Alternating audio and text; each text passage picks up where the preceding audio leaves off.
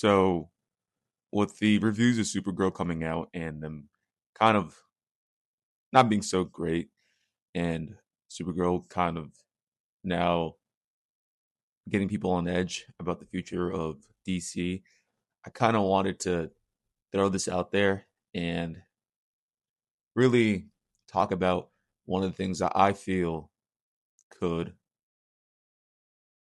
help the future of the company of DC and really the DC universe because He-Man or Masters of the Universe came out a few weeks ago, or really around the same time as Supergirl, and it was never met with the kind of reviews that Supergirl was.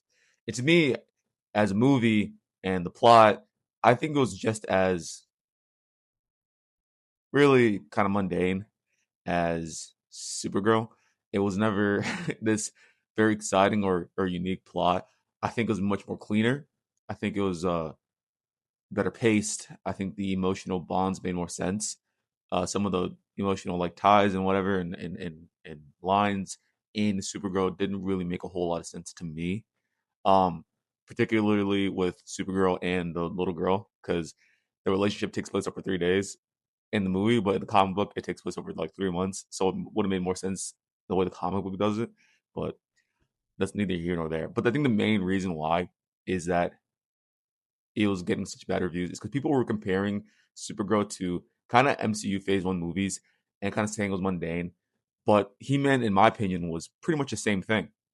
But the difference was is that it was set in this very different universe. It was very different IP. It didn't feel like a superhero movie, even though it basically was. So I feel like Supergirl could have done something like that where it just feels so different. I think that's the allure of the Batman with Matt Reeves, where it feels like a different IP, and that's what I was hoping that Supergirl would be, or the DCU would be, which is feeling like these completely different IPs, but somehow all being in one universe. Like it's like the same thing as getting, Star Wars and the MCU and Lord of the Trilogy. I mean, Lord of the Rings. Sorry, all in one, universe. But they didn't do that, and I think that's something that needs to be brought back. And the reason why it didn't feel like a different IP is really because I said this in my last video that, well, not my last, but one of my other last videos, which was the James Gunnisms, and that has to be stopped. I don't know how he's hiring these people, and for the most part, he hires really good people, but it has to stop these kind of types of people that are going to allow him to install his James Gunnisms, or basically want to appease him so much that they'll put it in for him. Because you can basically, do something for someone without them necessarily telling you to, right? Because you want to appease them because you're the boss. And he might have, saw a movie, wasn't told that, I mean, that we wouldn't may not tell them or told them to make the movie like this, but they might have done it for him because that's the type of movies he likes.